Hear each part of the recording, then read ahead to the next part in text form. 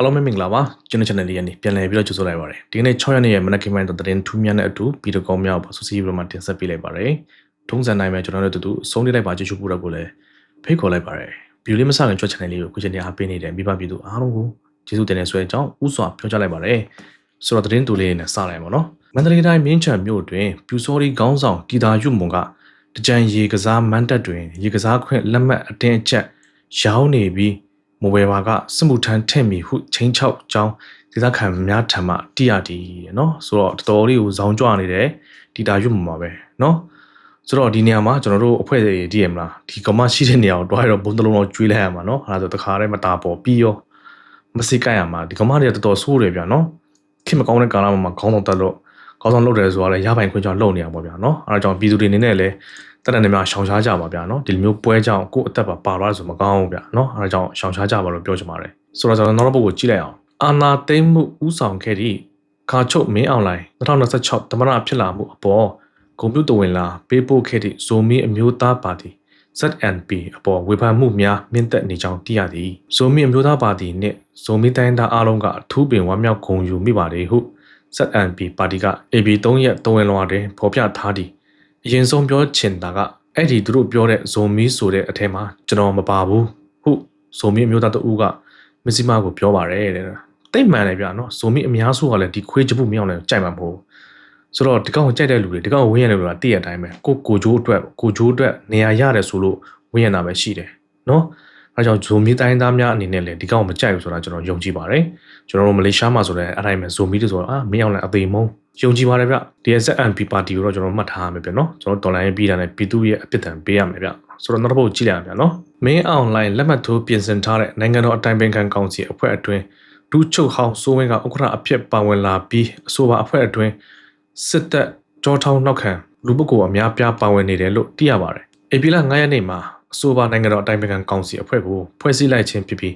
သမ္မတအဖြစ်လာတဲ့မင်းအွန်လိုင်းကဒူးချုပ်ဟောင်းစိုးဝင်းပါဝင်တဲ့အတိုင်ပင်ခံကောင်စီအစုအဖွဲ့ကိုအဆိုတင်တွင်းချင်းဖြစ်တယ်လို့အတွင်းသတင်းရင်းမြစ်တွေကသိရပါတယ်တဲ့နော်ဆိုတော့အားလုံးခန့်မှန်းထားတဲ့အတိုင်းပါပဲဗျာနော်အစကတော့စိုးဝင်းရမပါလာလို့နဲ့နောက်ဆုံးတော့နိုင်ငံတော်အတိုင်ပင်ခံကောင်စီထဲမှာပါလာမယ်ဆိုတဲ့အရာကိုခန့်မှန်းထားတဲ့အတိုင်းတကယ်ဖြစ်လာတာပဲဗျာနော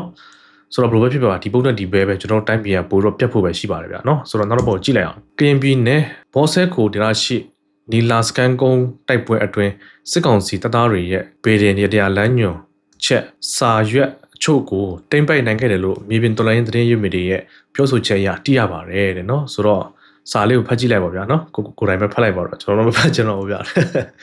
ပေရင်ယုံတို့စုပုံတော်မနေလိုက်နေဗျာနော်ဆိုတော့နောက်တစ်ပုဒ်ကိုကြည့်လိုက်အောင် Sky Mandalay နဲ့ Macquarie Federal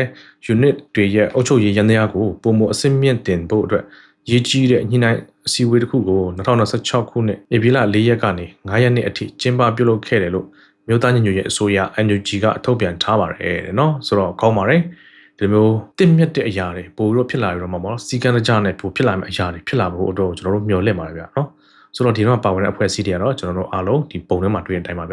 ဲကိုယ့်ကိုယ်တော့ဖတ်ကြည့်လိုက်ပါဗျာနော်ဆိုတော့နောက်တစ်ပုဒ်ကိုကြည့်လိုက်အောင်ဗျာမန္တလေးတိုင်းမြင်းချံမြို့နယ်ဖက်ပင်အိုင်ကြီးရွာကိုအနာဒိန်းစစ်အုပ်စုကစီးနင်းလူရက်မီးရှို့တပ်ဖြတ်ရာကလေးတငယ်တက်ကြီးရွယ်အိုနဲ့တော်လန်ရေးရဲဘော်တွေအပါအဝင်လူ10ယောက်ကျော်တည်ဆုံးခဲ့ပြီးအိမ်ခြေ300ကျော်မီးလောင်ပြာကျတယ်လို့ဒေတာခံသတင်းရင်းမြစ်တွေက MFP ကိုပြောပါတယ်တဲ့နော်ဆိုတော့ဝမ်းနေစရာပဲဗျာစိတ်မကောင်းစရာဒီကောင်တွေကတော့ကွာနော်ကျွန်တော်တို့ဗီဒီယိုအဲ့လိုမျိုးအချမ်းဖတ်တယ်အချမ်းဖတ်တော့ကျွန်တော်တို့ဗီဒီယိုလူထုရဲ့ဟိုအိမ်စီစဉ်တွေအကုန်လုံးဖြည့်ဆည်းမီးရှို့တော်တော်လေးရုပ်မာတယ်ကွာဒီကောင်တွေဝင့်လည်မှာဗျာနော်ဝင့်လည်မှာဆိုတော့နောက်တစ်ပုဒ်ကိုကြည့်လိုက်အောင်ဗျာမကွေးတိုင်းစေတုတ္တရာမြို့နယ်စေတုတ္တရာငဖဲလမ်းမပေါ်ကစက်ကြီးကောက်ငွေညှစ်နေတဲ့အချမ်းဖတ်ဆက်တဲ့ကိကိုဝင်ရောက်တိုက်ခိုက်ရာစစ်အုပ်စုတပ်သား3ဦးတည်ဆုံးပြီး9ဦးအပြင်းထန်ဒဏ်ရာရရှိသွားတယ်လို့မြေလက်လွတ်မြောက်ရေးတပ်တော် CLLA ရဲ့သတင်းနဲ့ပြန်ကြားရေးတာဝန်ခံတတကမောင်းကိုပြောပါတယ်တဲ့ကောင်းလိုက်တဲ့စစ်ခွေး3ကောင်မသားပေါ်9ကောင်အပြင်းထန်ဒဏ်ရာရတော့ဒီလမ်းမှာပဲမသားပေါ်မလားဆေးရုံမှာမသားပေါ်မလားဆိုစောင့်ကြည့်ရတော့ပေါ့ဗျာနော်ဆိုတော့ချက်ချင်းဝစ်လဲတာပါပဲကျွန်တော်ပြောမယ်ကျွန်တော်တို့ပြည်သူတွေကပေါ့နော်ဒီခွေးတွေရုံမှချောခံရတယ်ဒါပေမဲ့ဒီကောင်ဒီခွေးတွေရတယ်ကျွန်တော်တို့ရဲဘော်တွေတပ်ပြတ်ရှင်ကိုတို့ရဲဘော်တွေတုတ်တင်ရှင်းလင်းရှင်းကိုခံရတယ်အဲ့ဒါစဉ်းစားကြည့်ပါဗျာဘယ်သူကလူစိတ်ရှိတယ်ဘယ်သူကလူစိတ်မရှိဘူးလဲဆိုတာဘောမတွေလည်းနားလည်းတင်နေပြီဗျာနော်ဘောမတွေတော်တော်လေးပိန်းနေဗျာဒီကောင်လေးအုံတော့အမြင်အောင်ခု ကျွန်တော်တို့ဗီဒီယိုတွေ့လာတယ်ဒီမင်းအွန်လိုင်းတပနာလောက်တာတဲ့လုံးဝပေါ့နော်အခက်ခဲကြားနေနေရသွားတာတဲ့အရင်ကိုလေးစားတယ်ပါတယ်ပြောနေတဲ့လူကရှိရဗျာသူတို့အတွေးခေါ်လစ်ပြီးကိုပွားကဘလောက်ထိဆုပ်ပြတ်တက်နေလဲဆိုတော့မကြည့်ဘူးမမြင်နိုင်တော်လေးကိုစိုးတယ်ဗျာနော်ဆိုတော့သတင်းတိုးတွေတော့ပါဗျာနောက်ဆုံးကျွန်တော်တို့ဗီဒီယိုလေးကိုကြည့်လိုက်ပါတော့ပထမဆုံးအနေနဲ့မမိုးရဲ့ဗီဒီယိုဖိုင်လေးကိုနားထောင်ကြည့်လိုက်အောင်မမိုးသတင်းစကားပေါ့ဗျာနော်မအားလာဘက်ကလူနဲ့ခွေးရောချတန်းကြီးနေတာကိုခွဲခြားပြမယ်။မိုးတို့က ERO PDF NUG ကိုပြောဆိုဝေဖန်ထောက်ပြတယ်ဆိုတာကအသွားထက်တဲ့ဓာတ်တလက်ဖြစ်ဖို့တိုက်ချုပ်ပေးတဲ့သဘောပဲ။မိုးတို့နိုင်ငံမိုးတို့ပြည်သူတွေအတွက်ကောင်းတဲ့ကောင်းဖို့မျှော်လင့်ချက်နဲ့စေတနာစစ်ထားမေတ္တာနဲ့ပြောနေတာဖြစ်တယ်။ယုံလို့မုန်းလို့ပြောနေတာမဟုတ်ဘူး။ဒါကိုအားလုံးကိုသိစေချင်တယ်။ဒါကိုအခွင့်အရေးယူပြီးမအားလားစစ်ခွေးဘက်ကဘယ်လိုတန်းကြီးလာလဲဆိုတော့မိုးတို့ပြောတဲ့နောက်မှာရောရောင်ပေါ်ချောင်ပြီးအယူကွက်နေတက်လာတဲ့ပွေးကွက်ညင်းကွက်တဲ့ကွက်တွေနဲ့အဆက်မဲ့တွေအကြောင်းပြောပြမယ်သူတို့ကဒီရက်ထဲဆိုးဆိုးဝါးဝါဝါဒဖြက်လာတာက ERO PDF NUG တွေလဲကိုကြိုးစာသမားအာနာယူတွေပဲမအလာခွေးတတ်တဲ့ပိုဆိုးတဲ့ဆိုတာမျိုးတွေငရဲခွေးတွေကဝါဒဖြန့်လာတယ်ဒီမှာမအလာဘောမငရဲခွေးအောက်တန်းစားတွေကိုနဲ့တန်ရနေတန်ရပြောကိုအဆင့်ကိုသိကြလူနဲ့ခွေးတန်းလာမညိနဲ့မင်းတို့ကတန်ညိညုံမဟုတ်ဘူးခေါင်းရင်တက်ပြီးချီးတက်ပါတော့ကန်ချရအောင်မယ်ငါတို့ NUG PDF ERO တွေအားလုံးကမင်းတို့စစ်ခွေးတက်လောက်မရောက်မှာဘူးမရောက်ညံ့ဘူးတောက်ကျစ်စင်လဲအောက်တန်းမကြဘူးကွာမြင်မှထားမင်းတို့လိုပြည်သူကိုတနိုင်ငံကိုဖျက်လူမျိုးတုံတမထားဘူးတရွာဝင်တရွာထွက်ခိုးဆိုးလူရဲ့လူတဓမြတိုက်တွေ့သမျှအမျိုးသမီးခလေးလူကြီးအဖွားအိုမကြံပဒိန်ချင်းမထားဘူးမင်းတို့လောက်ကြက်တည်းမဲ့တဲ့စစ်ခွေးဘယ်သူမှမွေးမထုတ်ဘူးသိရင်လင်းတယ်စီရင်စင်းတယ်မင်းတို့လိုအထက်ကနေတမင်တက်ရောက်မှခွင့်ပေးမထားဘူးမင်းတို့ကလွယ်ရင်ကြံတာအားလုံးလူတွေကြီးပဲမင်းတို့စစ်ခွေးတွေကရိုးခွေးမဟုတ်ဘူးငရဲသွားမဲ့ငရဲခွေးတွေဒီမှာဘောမတထောင်ပေါ်ချောင်တို့ဘောငုတ်ဘောဆုပ်ဘောအလုံးနဲ့ဘောမထမင်းစားရတဲ့ခွေးတောင်စားအပေါင်းတို့တော်လန်ရေးဘက်တန်းလာမကြီးနဲ့မင်းတို့လားအောက်တန်းကြတဲ့စစ်ခွေးဘယ်သခင်မှမမွေးဘူးအဲ့ဒီတော့ခွေးနေရခွေးတိတန်းလာမကြီးနဲ့ငါတို့ပြည်သူတွေအတွက်မင်းတို့ကမစင်သက်ပဲရင်ထဲအသေးထဲနှလုံးသားထဲကကိုအော်ကလီစန္ဒာမြက်မထားခွေးချီစားခွေးဘောမနဲ့ခွေးကြုံအပေါင်းခွေးဝဲစားအပေါင်းတို့တန်းလာမကြီးနဲ့ယုံလို့အဲ့ဒါတက်လာပြောတာဟုတ်ကဲ့ပါဒါတော့မမိုးရဲ့သတင်းစကားပဲဖြစ်ပါတယ်ဆိုတော့ဒဲဆော်တော့ဗျာနော်ခွေးတွေနဲ့ဘောမာတွေနဲ့ကိုဒဲဆော်တော့ဖြစ်ပါတယ်တန်းလာညှိချင်လို့နော်မင်းတို့ကောင်လေးရှက်ကိုမရှိဘူးလို့ကျွန်တော်ပြောချင်တယ်ဗျာနော်ဆိုတော့မမိုးစိုးမတော့လည်းရောက်ကောင်းပါတယ်ဗျာဆိုတော့နောက်တစ်ပုတ်ကိုကြည့်လိုက်အောင်ဗျာနော်တက်ငငယ်နဲ့အထစ်တရားပြေးဝလိုက်တာတဲ့ဒီညီလေးယူတဲ့အချီကိုတဲ့မအားလာနဲ့ဘောမာတွေကိုကျွေးရမယ်ဆိုတဲ့ခေါင်းစဉ်လေးနဲ့ကိုအစီရဲ့ဗီဒီယိုဝင်ဖြစ်ပါတယ်ဒီတော့မှညီလေးတယောက်နေတော့မှဒီ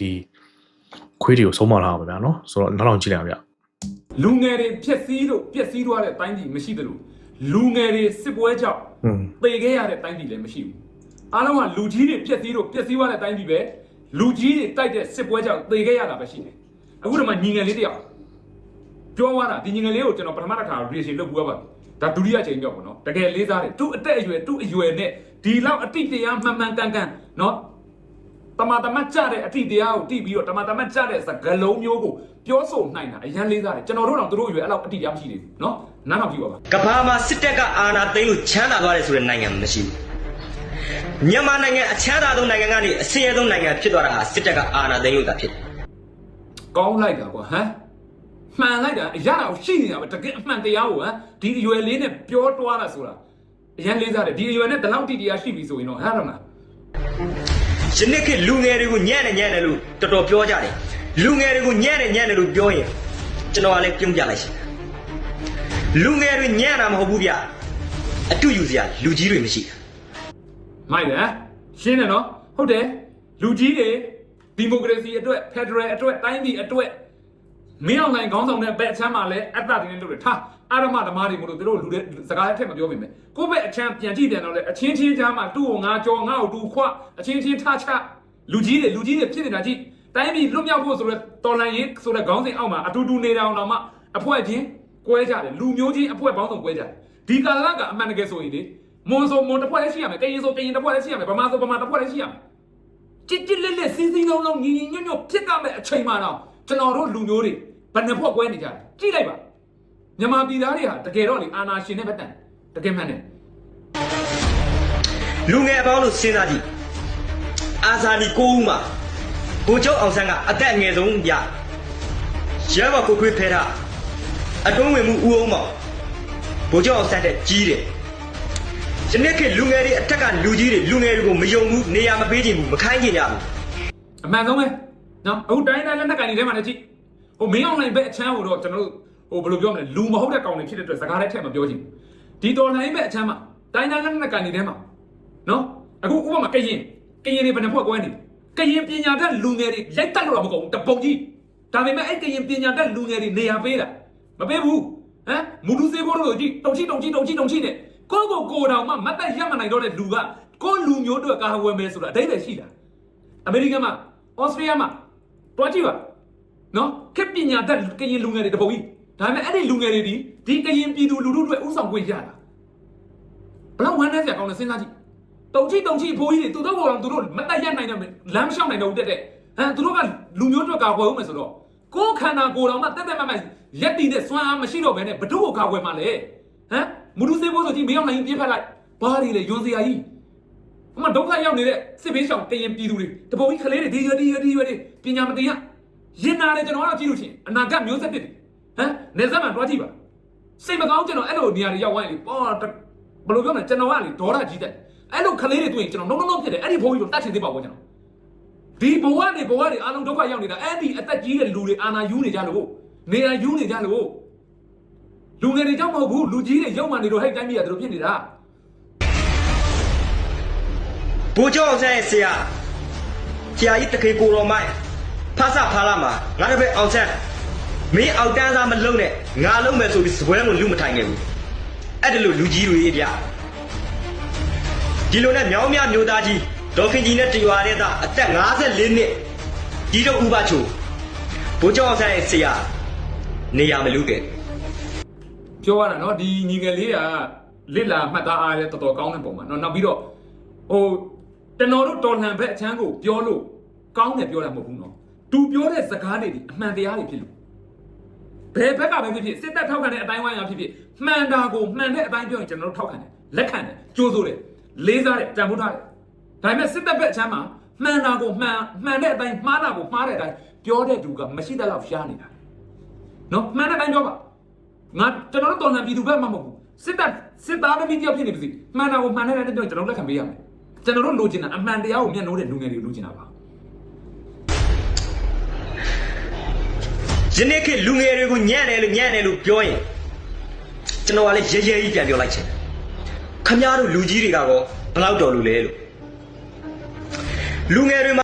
တော်တယ်လေညီလေးရဲ့လူကြီးတွေတော်အားကြီးလို့ပဲမင်းအဲ့လာတော့လက်မခံဘူးကွာငါမင်းလူကြီးတွေတော်အားကြီးလို့ပဲဟိုမှာဖားကမှာဆိုရင်ဟာအဝီစီးကိုပောက်တော့မယ်မင်းဘယ်နိုင်ငံမှာမင်းကြားဘူးလို့လေအဝီစီးကိုထုတ်ချင်းခတ်တော့မယ်အဲ့လူကြီးတွေတော်လို့လေရောင်းစားတာဟုတ်တယ်မလားတစ်တော်နေဆိုဗာတော်ကြီးရှုံနေတာဘာပြောင်ရှင်းသွားပြီမလို့ဘူးလားဟာငါတို့နိုင်ငံသားတွေရှင်းစရာတော့မလိုတရုတ်ကဝင်ရှင်းလိုက်ဟုတ်တယ်ဗျာလူကြီးတွေတော်လို့ကွာမင်းကလည်းဟာဒါတော့တော်တဲ့လူကြီးတွေကို အရက်ကလေးတောက်ပြီးဇာရိတာလေးပြက်ပြားရုံတမယ်လေးပါခမည်းတော်လူကြီးတွေဇာရိတာပြက်ပြားတာနိုင်ငံတော်တယံဇာတာတွေကုံပေါ့ လေးစားလိုက်တာညီလေးရနော်ဒီလိုလူငယ်တွေကျွန်တော်တို့တိုင်းပြည်အတွက်အများကြီးလိုအပ်ပါတယ်ကျွန်တော်ငယ်ငယ်တုန်းကလေကျွန်တော်တိုင်းပြည်မှာကလစ်လာအားကောင်းတဲ့လူငယ်ကိုဆိုရင်ဆက်စုတယ်ဆိုပြီးတော့မောင်းထုတ်တယ်တုံဘူးမှာပါကျွန်တော်ဘဝကိုတွေ့ပါငယ်ငယ်လေးတွေကဆက်စုတယ်ဆိုတဲ့ခေါင်းစဉ်တက်ခံထိတယ်အားချောင်းတယ်ဆိုတဲ့ခေါင်းစဉ်တက်ခံထိတယ်နော်ဒါပေမဲ့သူများတိုင်းပြည်တွေမှာဆိုရင်ခလေးဆက်စုတဲ့ကလေးတယောက်ဆိုရင်လစ်လာသူ့ကိုအခြားကလေးတွေနဲ့ခွဲပြီးတော့သူ့ကိုတီးတံပြုစုပြောထောင်ပေးတယ်ဒီကလေးရဲ့အလားလာဉာဏ်ပညာအရာကောင်းတယ်ဆိုပြီးတော့မြန်မာပြည်မှာဆိုရင်ဆက်စုတော့အဲ့ဒီဘဝနဲ့ကြုံခဲ့ရတဲ့လူငယ်အများကြီးရှိပါတယ်နော်အဲ့တော့ကျွန်တော်တို့ဘာကြောင့်ဆက်စုတာလဲတိကျင်စိတ်နဲ့ဆက်စုတာနော်ဖေးလဲထုံးနဲ့အရွယ်မြောက်ရင်ခေါ်တယ်ဖေးလဲထုံးနဲ့နောက်လိုက်ဟောအချိန်တန်အရွယ်ရောက်လာရင်လဲထုံတတ်နေတယ်ဖေးနှီးထိုးတယ်လိုက်ထိုးတယ်ဒါတော်တူတောင်တန်းတယောက်ဆိုလဲထုံရမယ်နှီးထိုးတတ်ကမယ်အိမ်မိုးတတ်ကမယ်အိမ်ဆောက်တတ်ကမယ်နော်ယောက်ျားတို့တတ်ကမယ်ပညာတွေတတ်ကမယ်မလစ်လာတဲ့လူတတ်မလားဒါပေမဲ့လစ်လာတဲ့လူကဆက်စုတယ်မြန်မာပြည်မှာကအဲ့ဒီကစမှားတာလက်ဦးစရာမိထိုက်ဆိုတာပုပ္ပစရိယမိနစ်ဖအဖေအမေကားကိုတဲကအကြောက်တရားရိုက်တွင်းတယ်ဟေးမကြိုင်ကြိုင်းတော့မတရေကြီးတော့ဘောင်းတာလူကလေးတွေကိုအရွယ်မြောက်ခင်နေအကြောက်တရားရိုက်တွင်းတာအဲ့တော့မကြောက်တတ်တဲ့စိတ်ကလူမဖြစ်ခင်နေကပါလာတယ်အရာရာကိုကြောက်တိမ်ငယ်မျက်နှာငယ်အဲ့တော့စောက်တလွဲတွေလှုပ် အော်ကြီးတယ်ကြီးလာအောင်အဲ့ဒီဗီဇတွေကဖျောက်လို့မရငယ်ငယ်လေးတဲ့ကကိုသားသမီးကိုကောင်းမွန်တဲ့လမ်းကြောင်းပေါ်မှာစနစ်တကျရိုက်တွင်းနိုင်ရမယ်နော်ဘူညီပေးရဖေးမတတ်ကမယ်ကလိန်ကချစ်လောက်တဲ့စိတ်ဓာတ်လို့ခိုးဖွဲ့လိန်ညာတဲ့စိတ်ဓာတ်လို့နှိမ်နှင်းပေးထားမယ်ကိုယုံကြည်မှုရှိတဲ့ဘဝဖြစ်အောင်တည်ဆောက်ပေးရမယ်အဲ့ဒါမှအမွေကောင်းတိုင်းပြည်ဘန္နာကိုခိုးနော်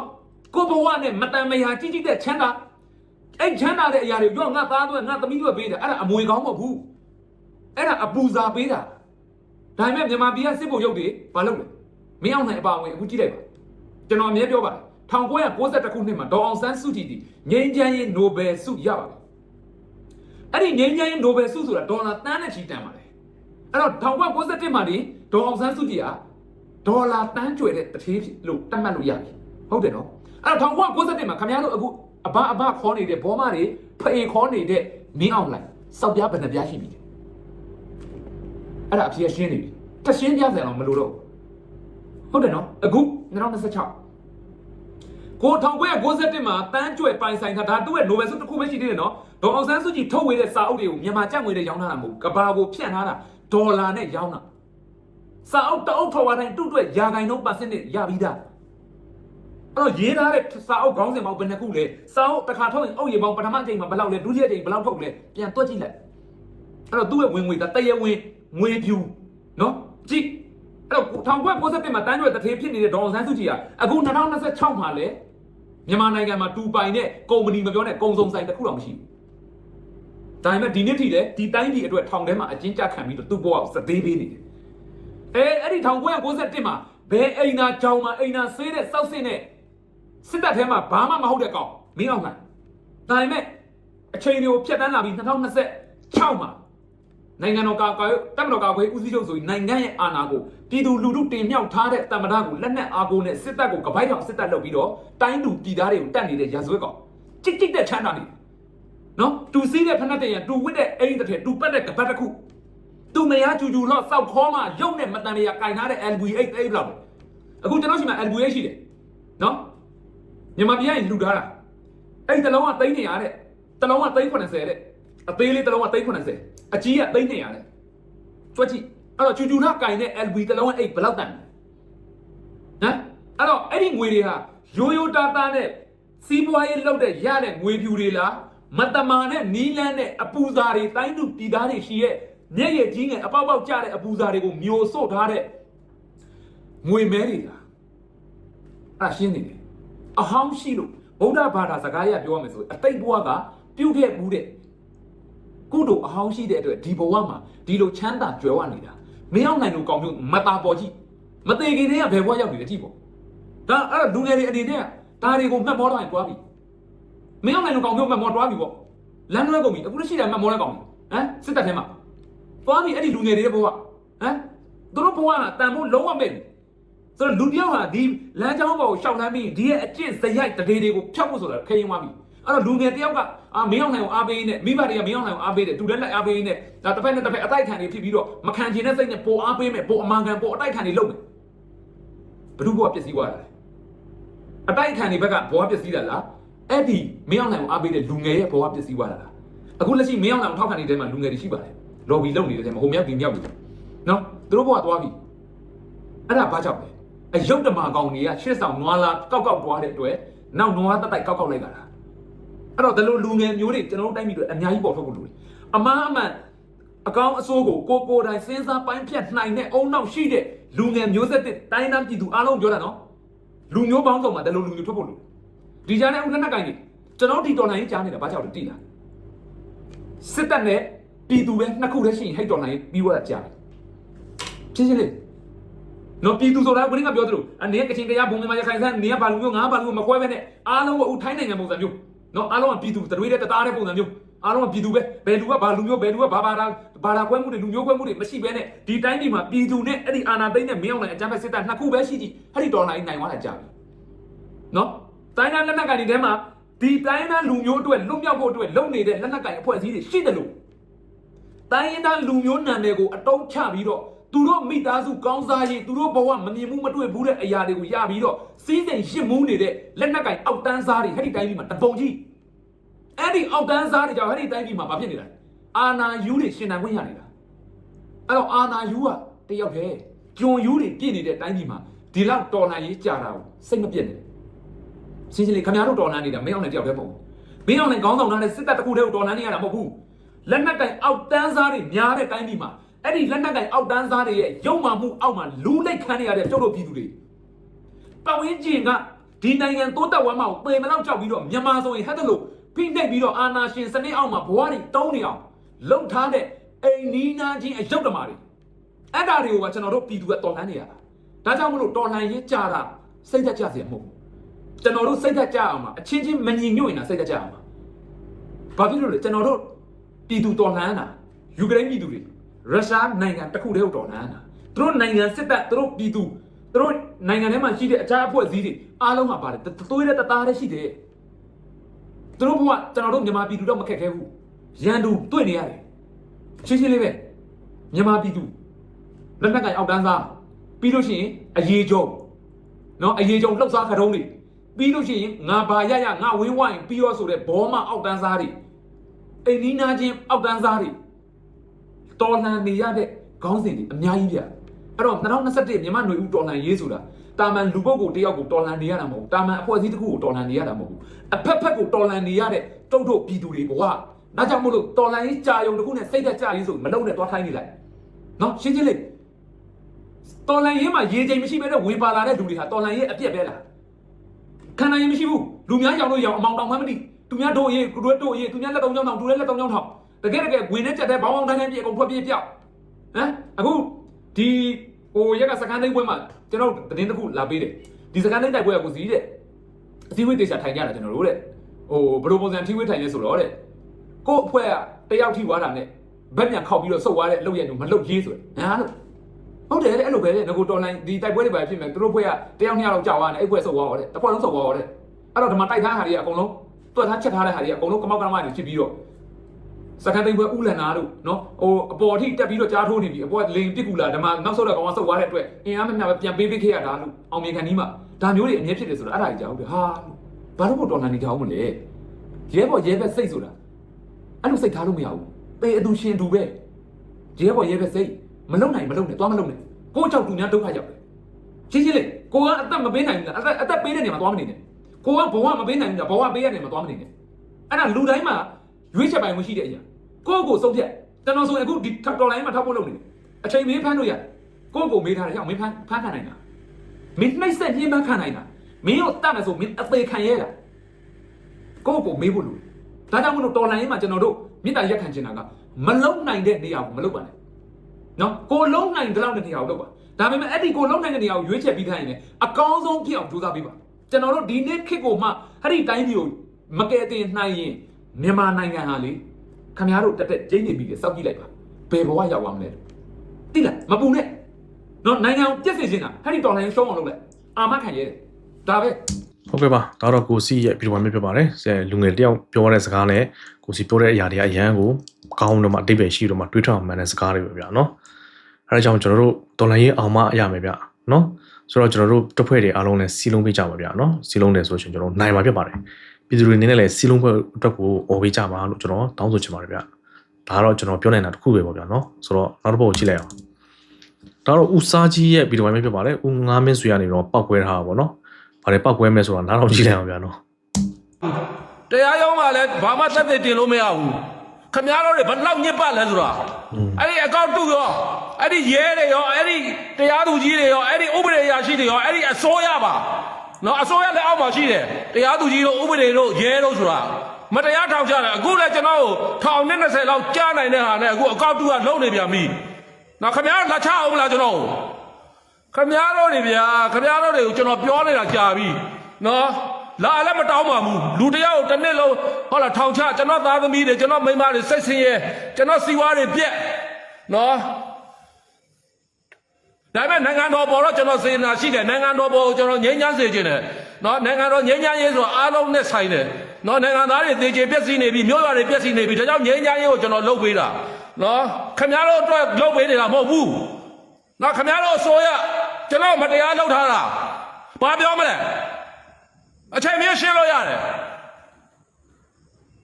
အဲ့ဒီရဲတွေအဲ့ဒီတရားသူကြီးတွေအဲ့ဥပဒေမတရားလုပ်တယ်အဲ့ဒီအကောက်တုပါမတရားလုပ်တယ်အဲ့ဒီအကောက်တုနဲ့အစိုးရနဲ့ဆက်ဆက်နေလားကျွန်တော်မေးမယ်ကျွန်တော်မေးရတော့မယ်အဲ့ဒီအကောက်တုကိုလည်းခင်ဗျားတို့မဖော်ထုတ်နိုင်ဘူးမဖော်ထုတ်တဲ့ပြင်ကျွန်တော်ဟုတ်လားတရားထောင်ချရတာခင်ဗျာကျွန်တော်ဘယ်လောက်နစ်နာသွားလဲဟမ်ခင်ဗျားတို့သမိုင်းမှာလည်းခင်ဗျားတို့မတရားထောင်ချရဲဆိုတာလုံးလုံးတွင်တင်ကြံသွားပြီခင်ဗျားတို့ဆိုအခုဟုတ်လားမနေ့ကတပတ်ခါဆိုအစိုးရအပြောင်းလဲဖြစ်တော့မယ်နော်အဲ့ဒီပြီးခဲ့တဲ့ဆိုရအခုလက်ရှိတော့အစိုးရဖြစ်နေသေးတယ်ခင်ဗျားတို့ဘာမှကျွန်တော်တောင်းပန်ဖို့တော့မရဘူးနော်ခင်ဗျားတို့တောင်းပန်သေးတယ်နော်ကျွန်တော်ခင်ဗျားတို့ဟိုလာဖြစ်လို့ပြောနေတာမဟုတ်တရားသူကြီးကိုလည်းမပေးပြောက်စေချင်ဘူးရဲကိုလည်းမပေးပြောက်စေချင်ဘူးဥပဒေအရာရှိတွေလည်းမပေးပြောက်စေချင်ဘူးနော်ဒါကြောင့်လည်းကျွန်တော်ဟုတ်လားခင်ဗျားတို့အရေးယူပါလို့မတိုင်ဘူးနော်ဒါပေမဲ့ခင်ဗျားတို့မတရားလုပ်ထားတာတော့ခင်ဗျားတို့လည်းမတောင်းပါနဲ့ပြင်ဒီအကောက်အတုကြီးကိုလည်းခင်ဗျားတို့မဖော်ထုတ်နိုင်ဘူးနော်ခင်ဗျားတို့ကဘာနေလဲခင်ဗျားတို့အဲ့ဒီအစိုးရဘာလဲအဲ့ဒီရဲတွေဘာလဲကျွန်တော်မတရားလုပ်တဲ့ရဲမတရားလုပ်တဲ့တရားသူကြီးမတရားလုပ်တဲ့ဥပဒေအရာရှိဘာလဲခင်ဗျားတို့အခုဒီအကောက်တုကပဲဒီနေ့တစ်ခါထပ်ရေးပြန်တယ်နော်နိုင်ငံတော်သမ္မတအကြည်ညိုပြည့်စုံတဲ့ဟာကိုမဟုတ်မမှန်တော်တော်လည်းအောက်တန်းကြတယ်ရေးသားတာတွေအဲ့ဒါငါမင်းစေအနေနဲ့လုပ်လို့ခင်ဗျားကျွန်တော်လက်ဖမ်းအောင်မလားခင်ဗျားလက်ဖမ်းဖို့လုပ်နေပြန်ပြီလားခင်ဗျားတို့အဲ့ဒီအကောက်တုကလည်းကျွန်တော်တို့နည်းနည်းပြီးတော့မေတ္တာထားအောင်နော်ကျွန်တော်သားသမီးတွေပေါ်မေတ္တာထားအောင်အကောက်တုဟုတ်ကဲ့ပါဒါတော့ဦးငါမင်းဆိုရဲ့ဗီဒီယိုမိုင်းဖြစ်ပါတယ်ဦးငါမင်းဆိုရဲ့ပောက်ကွဲနေရပါဗျာနော်အကောက်တူကြောင့်သူထောင်ချရတယ်ဆိုတော့ခုမှလည်းအကောက်တူကလည်းသူ့ထောင်ချအောင်ပြန်လုပ်နေရဲဆိုတဲ့အတွက်သူကပောက်ကွဲနေဖြစ်ပါတယ်ဆိုတော့အကောက်တူကလည်းဘယ်အဖွဲ့ကလုပ်တယ်တော့မသိဘူးဗျာနော်ရှိတော့ရှိတယ်ဗျာဒီရဲ့တော်လိုင်းဘက်ကလားဒါမှမဟုတ်ရင်ဒီရဲ့စစ်ကောင်စီဘက်ဘောမဘက်ကပဲလောက်တာလားတော့မသိဘူးသူဒုက္ခရောက်တော့လုပ်နေရတော့ကျွန်တော်တို့တွေ့နေရတယ်ဗျာနော်ဘလို့ဖြစ်ဖြစ်ပါဦးစားရအရှိပိုင်းမှာတော့အမေစုတွေရောကျွန်တော်တို့တော်လိုင်းရေးတွေရောအကုန်လုံးကိုစော်ကားခဲ့တယ်ဒါပေမဲ့နောက်ပိုင်းကျတော့ဒီမှာလို့သူတက်ရွယ်နေဗျာငင်းချင်းလမ်းတော့ရှောက်တယ်ခါးတွေပါအောင်ကိုင်းသွားတော့ခါးတွေပါဆောင်းသွားတော့ကျွန်တော်တွေ့ရမလားအဲ့လောက်တော့လုပ်ခဲ့တယ်ဆိုတော့ကျွန်တော်တို့ကတော့အတိမတ်ပြုပါတယ်ဒါပေမဲ့လည်းပေါ့နော်အဲ့လိုအခုချိန်ထိသူ့ကိုတိုက်ခိုက်ခြင်းတဲ့လူတွေရှိတာတော့အစိတ်မကောင်းဘူးပေါ့ဗျာနော်ဆိုတော့ဒီရဲ့ဗီဒီယိုလေးနဲ့ပတ်သက်ရတော့ကိုတင်မြင့်ချန်ကမ္ဘာမှာရေးခဲ့ပါဗျာဆိုတော့နောက်တစ်ပုဒ်ကိုကြည့်လိုက်အောင်ပေါ့နော်စီဝိုင်းအကြောင်းနားမလည်တဲ့ပေါက်လို့ပဲစားဂျပူအချမ်းဖတ်မအားလာမအေလို့မင်းအောင်လိုင်ကနေပေါ့မှာပေါ့နော်ကျွန်တော်တို့အနတီပါလေးအုပ်ချုပ်တဲ့အချိန်တော့ပေါ့နော်2000နဲ့မှ15အကျော်ကာလမှာစီဝါကြောင့်နားမလဲဘူးဆိုတော့ကိုလိကူမာပြောရတဲ့အပေါ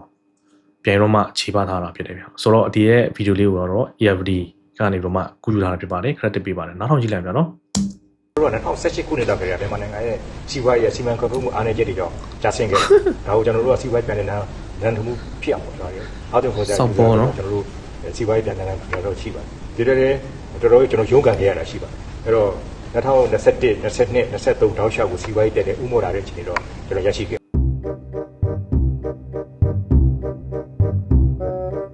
2021စစ်အာဏာသိမ်းပြီးတဲ့ကမြန်မာစီးပွားရေးဘာဖြစ်သွားလဲဆိုတာပြောရရင်စစ်ခေါင်းဆောင်မင်းအောင်လှိုင်ဟာမက်ခရိုစီးပွားရေးသဘောတရားနားမလည်တဲ့အရေးချင်းမရှိတဲ့အာဏာရှင်တဦးဖြစ်ကြောင်းသက်သေပြလိုက်ခြင်းဖြစ်ပါတယ်စစ်အာဏာသိမ်းမှုကြောင့်မြန်မာအရှေ့တောင်အာရှမှာစီးပွားရေးတိုးတက်မှုအများဆုံးနိုင်ငံတစ်ခုကနေဖွံ့ဖြိုးတိုးတက်မှုနောက်ကျောင်းပြန်လှည့်ခြင်း development လို့ခေါ်တဲ့အခြေအနေထိကျဆင်းသွားပါတယ်။စီးပွားရေးမူဝါဒတွေကိုပြည်သူ့အတွက်မသုံးဘဲစစ်တပ်အသက်ဆက်ရေးအတွက်အသုံးချပြီးပြည်တွင်းစစ်မှာပဲတိုင်းပြည်ဗန်နာငွေတွေသုံးစွဲပစ်ခဲ့ပါတယ်။ပြီးခဲ့တဲ့ဆယ်စုနှစ်တုန်းကခင်မီဖွံ့ဖြိုးတိုးတက်မှုတွေနဲ့အတူဒေသတွင်းနဲ့ကမ္ဘာစီးပွားရေးတွေမှာပေါင်းစပ်နိုင်ခဲ့ပေမဲ့ဒီနေ့မှာတော့ဒေဝါလီခံရမယ့်အခြေအနေဘဏ်ငွေထုတ်ယူခွင့်တင်းကျပ်မှုကမ္ဘာငွေကြေးအဖွဲ့တွေရဲ့အမြင့်ပြည့်စည်ရင်သွင်းခံရမှုအမေရိကန်နဲ့ EU တို့ရဲ့စီးပွားရေးပိတ်ဆို့မှုတွေပြန်လည်အသက်ဝင်လာတာတွေ့ရပါတယ်ဒေါ်အောင်ဆန်းစုကြည်အာဏာရချိန်မှာစစ်ဗိုလ်ချုပ်တွေနဲ့ခရိုနီတွေကသူမကိုစီးပွားရေးဘုသူတမရှိဘူးလို့ဝေဖန်ခဲ့ပြီးသူမအစိုးရရဲ့ရေရှည်တည်တံ့ခိုင်မြဲပြီးဟန်ချက်ညီဖွံ့ဖြိုးတိုးတက်မှုစီမံကိန်းဟာလက်တွေ့မဆန်ဘူးလို့ဆိုကြပါတယ်စီးပွားရေးကိစ္စတွေနားမလည်သလိုနိုင်ငံတော်အရေးကင်တွယ်ဖြည့်ရှင်းဖို့လည်းအတွေ့အကြုံမရှိဘူးလို့ထပ်တလဲလဲပြောခဲ့ပြီးမြန်မာမှာရှိတဲ့တန်တမန်တချို့နဲ့တွန်းကျင်သူတချို့ကြားမှာလည်းတည်အမြင်ရှိခဲ့ကြပါတယ်ဒါပေမဲ့သူမရဲ့စီးပွားရေးပြုပြင်ပြောင်းလဲမှုတွေကတော့သူတို့ကိုအထိတ်တလန့်ဖြစ်စေခဲ့ပါတယ်ကမ္ဘာ့ဘဏ်အချက်လက်တွေအရ2026မှာမြန်မာစီးပွားရေးဟာအကျပ်တဲကနေအနည်းငယ်ပြန်လည်ဥမော်လာဖို့ရှိတယ်ဆိုပေမဲ့ 2025မတ်လစကိုင်းငလျင်နဲ့ဆက်လက်ဖြစ်ပွားနေတဲ့ပြိပခါတွေကြောင့်စီးပွားရေးအားနည်းချက်တွေရှိနေသေးပါနိုင်ငံခြားငွေနဲ့ကုန်သွယ်ရေးကိုထိန်းချုပ်ထားတာကြောင့်2024နှစ်ကုန်ပိုင်းကစပြီးတည်ငြိမ်လာတယ်လို့ကမ္ဘာ့ဘဏ်ကဆိုပေမဲ့ကန့်သတ်ချက်တွေရှိနေသေးပ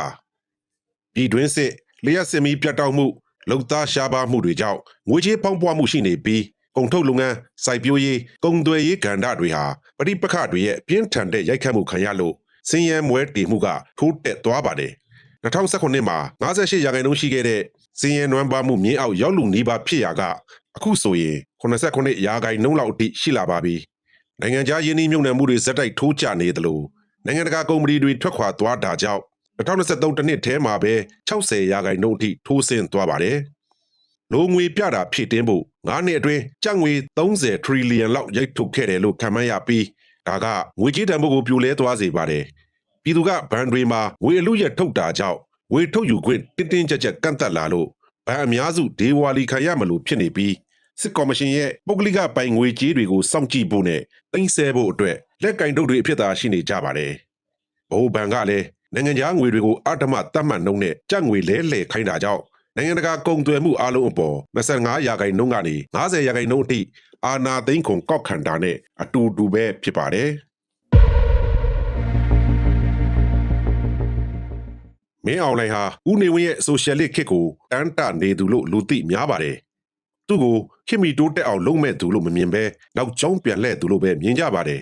ဘဏ်တွေကစပြီးဆိုင်ကန်းငယ်တွေအထိပုဂ္ဂလိကလုပ်ငန်းတွေသိမ်းယူခဲ့တဲ့ဦးနေဝင်းရဲ့ပြည်သူပိုင်သိမ်းလို့ရဟာမှောင်ကိုဈေးကွက်ကြီးကိုမွေးဖွားပေးခဲ့ပြီးတိုင်းပြည်စီးပွားရေးချိနဲ့သွားစေပါတယ်ဦးနေဝင်းရဲ့မြန်မာဆိုရှယ်လစ်လမ်းစဉ်အမွေကမြန်မာတွေစင်ရဲတွင်တဲ့ဆင်းရတဲ့အဖြစ်ရောက်ပြီး1988လူထုအုံကြွမှုကြီးဟာနိုင်ငံရေးထက်စီးပွားရေးကျပ်တဲမှုတွေကြောင့်ဖြစ်ပေါ်လာရတာလို့လေ့လာသုံးသပ်သူတွေကဆိုပါတယ်ဦးနေဝင်းဟာအာဏာကိုတဦးတည်းလက်ဝါးကြီးအုပ်ဖို့ဆိုရှယ်လစ်ခေါင်းစဉ်ကိုအသုံးချသွားခဲ့တာပါမင်းအောင်လှိုင်ကဒီလမ်းစဉ်ကိုပြန်လည်အသက်သွင်းပြီးပြုပြင်ပြောင်းလဲရေးဆယ်စုနှစ်တိုးတက်မှုတွေကိုဖျက်ဆီးခဲ့ပါတယ်နိုင်ငံတကာနဲ့ပေါင်းစပ်ဆောင်ရွက်တာကိုအချုပ်အခြာအာဏာချင်းချောက်မှုလို့မြင်ပြီးပြည်တွင်းအားသည်ပြည်တွင်းမှာသာရှိသည်လို့ပြောလို့ရှိပါတယ်ဒါပေမဲ့စစ်အာဏာသိမ်းလိုက်တာကြောင့်အရေးချင်းရှိတဲ့ပညာရှင်တွေတိုင်းပြည်ကထွက်ခွာသွားပြီးခုချိန်ထိလည်းထွက်ခွာနေသေးပါဒါအပြင်2024မှာပြဋ္ဌာန်းတဲ့စစ်မှုထမ်းဥပဒေကြောင့်လူတွေအလုံးရင်းနဲ့ပြည်ပထွက်ခွာသွားတာကလည်းအုံနောက်ယိုစီးမှုကိုဖြစ်ပေါ်စေပါတယ်။တွင်းကိုစားထိုးဖို့တင်းကျပ်တွန်းအားပေးခဲ့ပြီးပြည်တွင်းထုတ်လုပ်ဖို့ဆိုတဲ့အကြောင်းပြချက်နဲ့အခြေခံကုန်ပစ္စည်းတင်သွင်းမှုကန့်သတ်လိုက်ပေမဲ့ပြည်တွင်းမှာအခြေခံအဆောက်အအုံတွေမရှိလို့ရလာတဲ့ရလကကုန်ပစ္စည်းပြတ်လတ်မှုနဲ့စိုးရွားတဲ့ငွေကြေးဖောင်းပွားမှုပါအဆိုးဆုံးကမြန်မာနိုင်ငံရဲ့ digital အခြေခံအဆောက်အအုံကိုဖျက်ဆီးပစ်တာပါ2010ခုနှစ်အလွန်မှာမြန်မာရဲ့အင်တာနက်အသုံးပြုမှုဟာတိကနေ100%ထိတိုးတက်ခဲ့ပါတယ်ဒါပေမဲ့မင်းအောင်လှိုင်တို့ကအင်တာနက်တွေဖြတ်ခွင့်ပြုထားတဲ့ website တွေကိုသာဝင်ခွင့်ပေးတဲ့စနစ်နဲ့စောင့်ကြည့်ထောက်လှမ်းမှုတွေလုပ်ပြီးအာဏာထိန်းချုပ်ရေးလက်နက်တစ်ခုအဖြစ်ပြောင်းလဲပစ်ခဲ့ပါတယ်ဒါဟာရှင်သန်ကြီးထွားနေတဲ့ဤပညာနဲ့လုပ်ငန်းသင်များပေါ်ထွန်းရေးကဏ္ဍကိုတပ်ပစ်လိုက်တာပါစစ်အာဏာသိမ်းပြီးနောက်ပိုင်းမြန်မာဟာနိုင်ငံတကာငွေကြေးခွာချမှုစောင့်ကြည့်ရေးအဖွဲ့ FATF ရဲ့နာမည်ပြည့်စည်သွင်းခံရပါတယ်။တရားစတာပေါ်ကျွယ်ဝတဲ့မြန်မာနိုင်ငံကိုဖွံ့ဖြိုးမှုအ ਨੇ ဆုံးနိုင်ငံစရင်ဝင်အောင်ဦးနေဝင်းက26နှစ်အချိန်ယူခဲ့ရပေမဲ့မင်းအောင်လှိုင်ကတော့စိုးရွားတဲ့ပျက်စီးယိုယွင်းမှုအဆင့်ရောက်ဖို့9နှစ်ပဲအချိန်ယူခဲ့ရပါတယ်။ဟုတ်ကဲ့ပါဒါကတော့မင်းအောင်လှိုင်ရက်စက်ရုံမှမှုတွေနောက်ပြီးစီးပွားရေးနားမလည်မှုတွေနောက်ပြီးသူ့ကြောင့်ပေါ့နော်လုံးဝမြန်မာနိုင်ငံပြတ်သွားတယ်ဆိုတဲ့အကြောင်းအရာတွေရောအဆုံးပြောလာတဲ့ ARD ကဗီဒီယိုဖိုင်ပဲဖြစ်ပါတယ် ARD ကိုလည်း credit ပေးပါတယ်ဆိုတော့ကျွန်တော်တို့ ARD channel တွေကဗီဒီယိုတွေပေါ့နော်ကြည့်လိုက်တယ်ဆိုလို့ရှိရင်ကျွန်တော်တို့ကဘုဒ္ဓတာရတယ်နောက်ပြီးတော့ဒီသမိုင်းမှန်လည်းသိရတယ်ဗျာနော်ဒီခွေးချမှုမင်းအောင်လှိုင်ရုပ်မှရက်စက်မှုတွေလည်းပို့ပြီးတော့သိရပါတယ်နော်အဲဒါကြောင့်ကျွန်တော်တို့အားလုံးကလည်းဒီလိုမျိုးဗီဒီယိုတွေကိုကြည့်ပြီးတော့ save ထားပါဒါမှမဟုတ်လို့ရှိရင်လည်းပေါ့နော်ကိုယ့် social media မှာပြန်ပြီးမှ share ထားပါဗျာနော်အဲ့ဒါမှလည်းကိုကအမြဲတမ်းတွေ့နေရမှာဖြစ်ပြီးတော့မှကိုယ့်ရဲ့မိတ်ဆွေတွေလည်းဒီရဲ့ဂျပူမင်းအောင်လှိုင်ရုပ်မှမှုတွေပို့ပြီးတော့တွေ့ရမှာဖြစ်ပါတယ်နော်အဲဒါကြောင့်ဒီရဲ့ဗီဒီယိုလေးနဲ့ပတ်သက်ပြီးတော့မှလည်းကိုထမင်းချောက်လည်းကိုမှရေးခဲ့လို့ရပါတယ်ဆိုတော့ကျွန်တော်အများကြီးမပြောတော့ပါဘူးဗျာနော်ဗီဒီယိုလေးလည်းဒီမှာပဲဆုံးသတ်ပါတယ်ဆုံးထိလိုက်ပါကြည့်ရှုပေးတဲ့မိဘပြည်သူအားလုံးကိုအထူးပင်ကျေးဇူးတင်ရှိပါတယ်ကျွန်တော်တို့တော်လိုင်းညီကောင်မများအားလုံးဆက်ဆက်ရအဆင်ပြေပါစေလို့လည်းကျွန်တော်ဆုတောင်းပေးပါတယ်နောက်ဗီဒီယိုမှာပြန်တွေ့ကြမယ်ကျမ်းမာရေးယူဆကြပါခင်ဗျာ